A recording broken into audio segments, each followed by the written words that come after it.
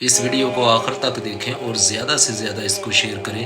ہو سکتا ہے کہ یہ کسی کے دل میں میری بات اثر کر جائے۔ اللہ نہ ہماری صورتوں کو دیکھتا ہے، نہ ہمارے شعور کو دیکھتا ہے، نہ ہمارے علم کو دیکھتا ہے، نہ ہماری عقل کو دیکھتا ہے، نہ ہماری شان و شوکت کو دیکھتا ہے، نہ ہماری طاقت کو دیکھتا ہے، نہ ہماری دولت کو دیکھتا ہے، نہ دنیاوی عہدوں کو دیکھتا ہے۔ اللہ کی نظر تو ہمارے دلوں پر ہے، ہماری نیت پر ہے، ہماری طلب پر ہے، ہماری وفا پر ہے، ہماری محبت پر ہے۔ لہٰذا اپنے رب کی کمی کو محسوس کرتے رہا کریں۔ ساری کمزوریاں ہمارے اندر ہیں، ساری غلطیاں ہمارے اندر ہیں۔ ہمارے رب نے تو بڑے آسان رستے بتائے ہیں۔ رب تو بہانے تلاش کرتا ہے اپنے بندے سے محبت کرنے کے۔ جہاں بھی اپنی کمزوری محسوس کرو وہاں تم اپنے رب کو پکارو، وہ آئے گا، وہ تمہاری سنے گا۔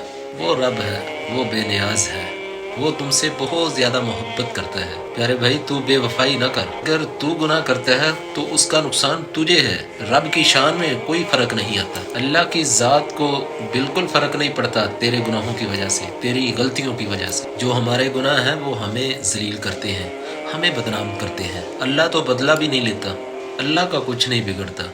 اس لیے اس سوچ سے اس بے نیاز ذات کو پکارتے رہا کریں۔ اپنے دل کے حالات اللہ کو کھول کھول کے بیان کیا کریں، اللہ کی کمی محسوس کیا کریں۔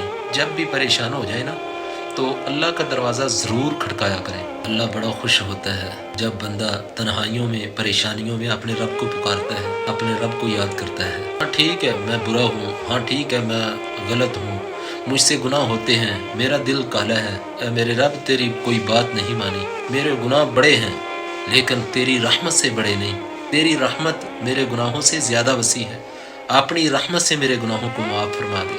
یہ بندے ہیں جو رب کو چھوڑ دیتے ہیں، رب اپنے بندے کو کبھی نہیں چھوڑتا۔ ان بندوں کی زندگی میں فالٹ ہے لیکن رب کی خدائی میں کوئی فالٹ نہیں، رب کی محبت میں کوئی فرق نہیں۔ اس لیے پکارا کرو، اے میرے رب میری بگڑی ہوئی زندگی کو سنوار دے، میری خراب زندگی کو سیدھا کر دے، میرے میلے دل کو پاکیزہ کر دے۔ ارے بھائی ٹرائی تو کرو، رب کی طرف رجوع تو کرو، رب کو پکار کر تو دیکھو۔